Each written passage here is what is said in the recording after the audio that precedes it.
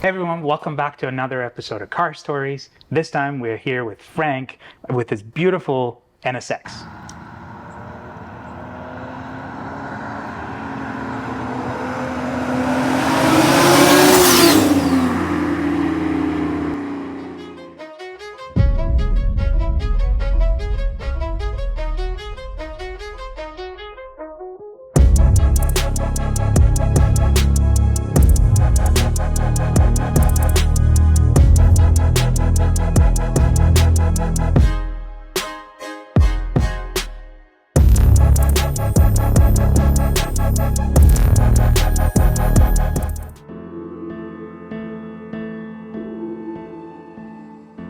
Thank you for having us. It's a very clean NSX. Yeah, because that's pretty much what I do mostly is clean it. This is what, the first gen? There were two generations of NSXs. Yeah, there's two gens. There's this one, which if we talk the Acura brand, which came out in North America in 91 all the way to 2005. But in that window, there was an NA1, which is 91 to 96, the 3-liter 5-speed. And then they did the NA2, which is the 3.2 6-speed from 97 to 2005. But then they did an update, like a facial update of the car with like headlights and side skirts and a rear valance and a different front lip from 02 to 05. And this is a 91. This is a 91. 91? This is the first one, yeah. It's 2 years older than my wife. Sorry, 2 years younger than my wife. You're obviously a car guy. And yeah, since the mid-90s. You've had a series of cars along that as well? So many that I don't even remember them all. Like I've had a lot of cars, but I've always been attracted to the Japanese brand and JDM. Honda, especially Honda. Yeah, especially the Honda brand. My first car was a 1991 Honda Civic Si. Yeah. And I bought that in 1997. And I just bought it right after high school. I mean, back then cars were cheaper to buy. But it was a car I bought pretty much stock, and I started, like, I was reading magazines, Super C, all these magazines were out. The Fast and Furious wasn't out yet. So I was just reading magazines and buying parts. And I started souping up my 1991 Honda Civic Si, which was probably my funnest car that I remember. Yeah, it was front-wheel drive. Front-wheel drive. It was a little car. It was a go-kart pretty much. Yeah. It was a little go-kart. Yeah, well, there was so much aftermarket parts for it that were available to get. So it was a good platform to start with. So is that one of the big reasons why you went the Honda or Acura route, the modding scene, or? Yeah, I mean, it started with that. My parents had Hondas and Toyotas, so I was already drawn to those brands. But Honda their cars were a little bit sportier looking, so that's kind of why I kind of gravitated to the Honda brand. That was the era where Honda and Acura were making really good sports cars. And style was important, and driving was important. That's right, yeah. And then they decided to go into just sort of reliable. Yeah, now it's I drive a new Honda now as well as a daily, and I'm surprised I don't fall asleep when I'm driving, because it's got it's reliable. It's reliable, and that's why I got it. It's reliable. It gets us to point A to point B, but it's not the same. Cars have changed a lot. So I'm thinking you've kind of progressed along the various Honda sports cars along the way, and you decided to pick up an NSX. Well, this is the car. So in the early 90s, when I saw it, my dad used to get sometimes he would get these like road and track magazines, and I saw it in there, and I was like, whoa.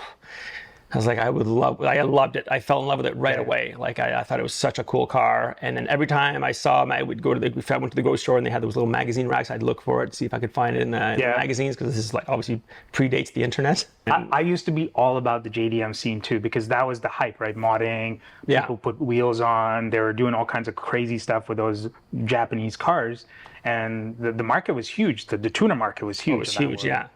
Until the Germans kind of took over. That's right, yeah. Yeah, but there was so much aftermarket support for like Japanese cars. I mean, you could take a little Civic, and I mean, you can spend thousands. I mean, back then it was thousands, but you could do a lot with $1,000 back then. But it was such an easy car to modify. So not many gains. You wouldn't get that many gains. This is pre-turbo days. That's true. It gave you that sound. If you bolted on a turbo at that time, it was a big thing. Yeah, I mean, there was no turbo kits back then. It was pretty much, if you did, it was a homemade kit or something. DIY stuff. And then they slowly started coming, probably in there on the mid to late 90s, they started selling kits for cars. Obviously then, this car hasn't stayed stock. It has not. Did you buy it stock or did I bought it stock. I've never been able to keep anything pretty much stock. Every time I've bought something, I've had to modify it. And that goes for every car. Even our daily has rims on it. I've never had a stock car. Yeah. Except for like if when I had winter cars, those were pretty much stock. But anything that I had as a daily or a car that was parked outside and like seen, it had to have at least wheels or something on them. Can we talk about what's been done to this? So this one is turbocharged. It's got an Angus APX kit. It runs a standalone ECU. It's got suspension. It's got the wheels. Coilovers? It's got coilovers on it. Yeah, it's got Team Flex coilovers on it. It's got the O2 updates from Downforce, which is the side skirts, the rear valance, and the front lip, and then the Downforce NSXR wing. This is the wing from the NSXR from Japan. Oh, nice. Yeah. So if you look at an NSXR NSX in Japan, that's the wing you get on it. So wait, before we get into more of the details, as you speak of Japan. In Japan, these were an Acura NSX. These were Honda NSX. Yeah, they never had the Acura. It was Honda. It was a Honda NSX. Yeah, everything was Honda. They, even like the Acura Integra, they had the Honda Integra. So was Acura more of a North American entry? It is. Yeah. Okay. Yeah. It was I think it was Honda's way to bring in their luxury brand, a bit like Toyota did with Lexus in a way. So like if you see people driving around with a Honda badge, you know that's an imported vehicle. Only if it's a right-hand drive.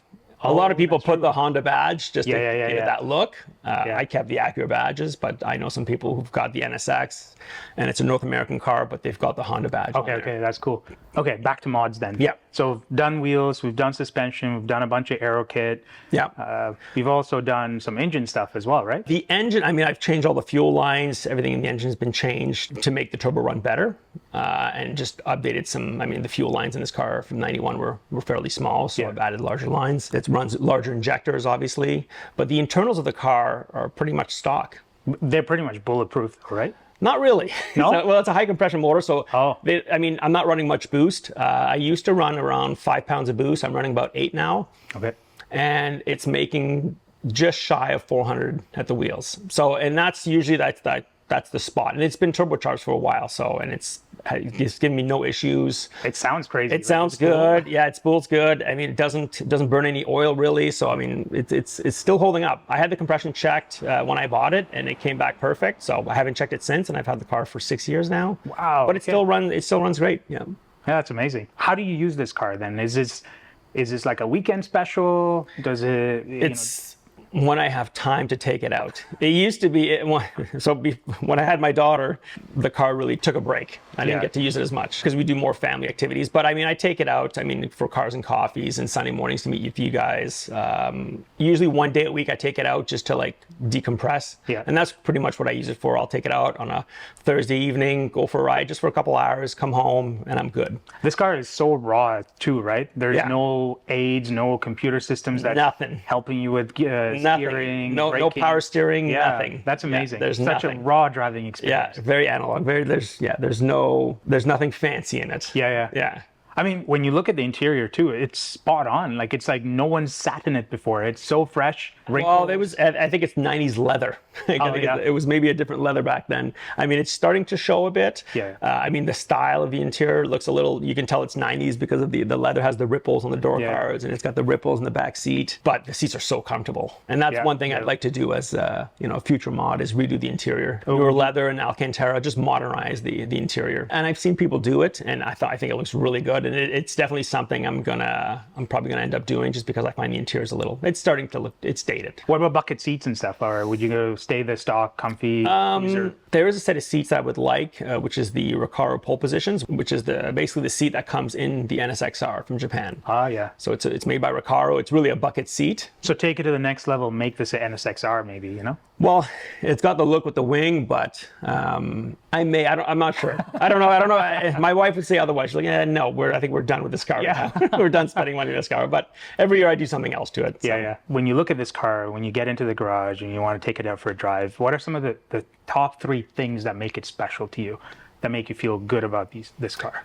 I think it's one of the things, it brings me back to the 90s.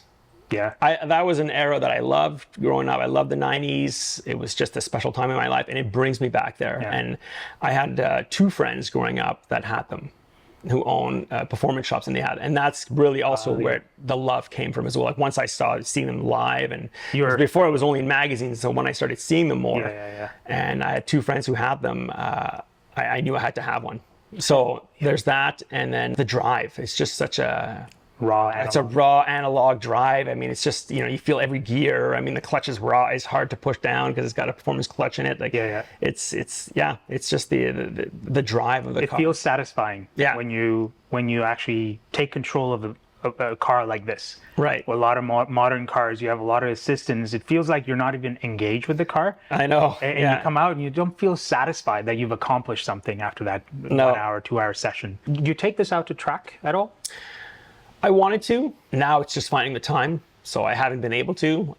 One day I will for sure take it to the track. I had bikes before, and I'd taken bikes to the track. Cars I haven't, but I would really like to bring, because I mean, that's where it belongs. I find like that car belongs on the track. If you don't know what you're doing with the car, it can bite you hard. Yeah, well, it doesn't, especially this one with the turbo kit, and when it spools, it spools pretty quick, and you could, and there's no electronics to correct anything. So it doesn't have traction control anymore. That's been deleted with the aftermarket ECU. So it's serious. Okay, so factory did have traction control. Yeah. And you took it out. The aftermarket. Well, again, the aftermarket ECU is a little old now, so it didn't have that option back then to run the traction control. So it just it doesn't have it. It is something I'd like to get. If I do end up changing the ECU, it's something I'd like to add back on. Is the traction control, but right now it does not. Yeah. That's cool. Would you consider this a forever car? I want to say yes. My wife will say otherwise. She loves it. It's a love-hate relationship with her, but it came close. I mean, I've almost sold it a few times. Over the winter, there was a deal that went through. It kind of fell through, but it's a hard car. It's a hard car to let go. I mean, what would you get? I would do a Porsche 911, just because of the back seat. Yeah. Just so that way it appeases Jessica. We have a back seat. Everybody can go, and that would be definitely something that. How old is your kid? She's 6. It's interesting. If you don't do it soon, you're going to run out of the runway where you can actually put your kid in the back seat. That's right. So you maybe have like 4 years. Yeah, I heard it's not too. It's not that roomy back there. It's really? 11 back seats really worth chasing after that. But at least it has a back seat. So I go, well, listen, if you can't fit, it's there. You can try to fit in, but it's there. It convinced the wife. That's all that matters. That's pretty much all it is. Yeah. So what sort of 911 were you thinking? I would like a C2 or C4S 997. Yeah. So the last of the few raw, sort of semi-analog cars that you could buy from Porsche. Yeah, that's definitely. I mean, I would love a 993, but those are impossible to find. Or they're so expensive. But they're so expensive now. I find the 997 is pretty much the sweet spot. I mean, it'll be a shame to see this go. I don't know. Whoever buys it from you, they'll be super lucky. I mean, I really truly believe that I would miss this car a lot, just because it's been a part of my life. Since the 90s. I've always wanted one. I finally got one. It was hard to find. It took me 5 years to find, because again, there's not many of them, and some of them have been wrecked. Some of them are not in the greatest shape. Some of them were driven hard. And when I found this one, it was just perfect. It was perfect for me. So I had to go get it, and I had to go get it in Saskatchewan. Wow. And then you drove it back, or? No, it was transported back. Yeah. So every time I take it out, or sometimes I just take it out to give it a wipe down. And just that alone, it puts a smile on my face. Even if I'm not driving it, just cleaning it, just looking at it, it's a timeless machine. It's timeless. Yeah. It doesn't feel dated at all. The lines are sleek. It just feels like it's just gliding through the air. For a 32-year-old car, it is time. I mean, again, that's. I think the 90s was an era where certain cars were timeless, especially in the Japanese era with this car, the RX-7, the Supra. I mean, they're still famous today. People still love them today. And even now when I go for a ride, I mean, people look at it, taking pictures, thumbs up. Some people come in. I mean, I can't go to the gas station without having somebody come by and just talk about the car. It's such a good recipe. Rear-wheel drive, manual, mid-engine car. Yeah. I don't know what else you could ask for, right? Like traction control. Yeah. Maybe. I mean, what's your take on the brand new NSX? I mean, they try to revive the NSX brand. I like it. I do like it. I think it's got a lot of great technology in it. I think where they missed the bar, I think maybe is the price point of that car. Not as attainable.